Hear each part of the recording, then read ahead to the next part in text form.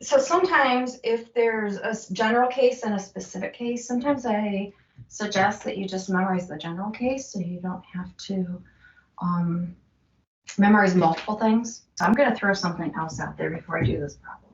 If I want to write a polynomial having given zeros, so I'm just going to make up some zeros. So I'm going to pretend like my zeros are like L and M and N, etc. Then I know that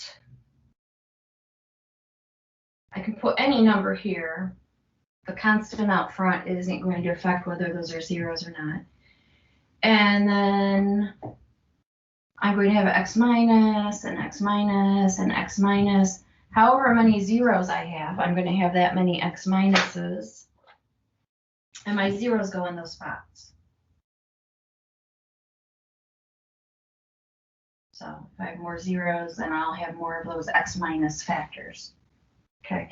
And each of these is a linear factor because the exponent is 1 on x.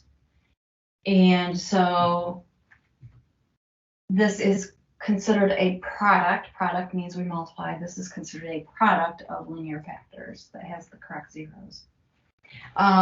Thinking about why that works, if I would find f of m, that would mean that I would be, whatever k is, I'd be multiplying it by m minus l, and I'd be taking m minus m, and m minus n, etc. And I notice that m minus m is 0. And so if I have a number times a number times 0 times a number times however many other numbers, because 0 is one of the numbers, the answer is 0. Okay. And remember, that's what it means for m to be a 0, is that if I plug m in, my answer is 0. So this works because if I put my 0 in that spot, then this thing goes to 0. And if I would put this other 0 into that spot, this thing would turn into 0. And if I would put this other 0 into that spot, this turns into 0. And as long as one of those is 0, then the entirety is 0. So that's why this thing works.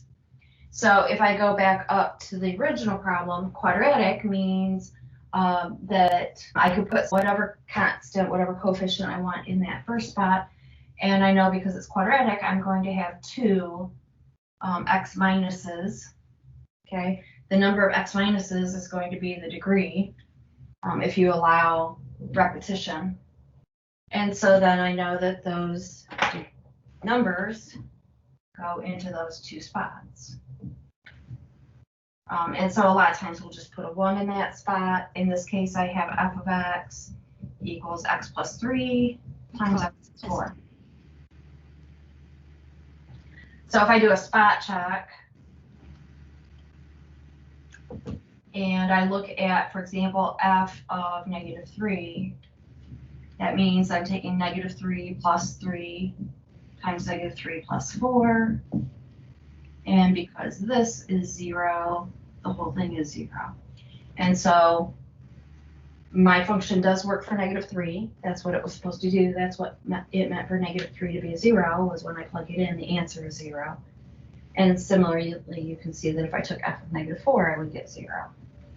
So this is all we want for an answer to that question. Don't overthink this question.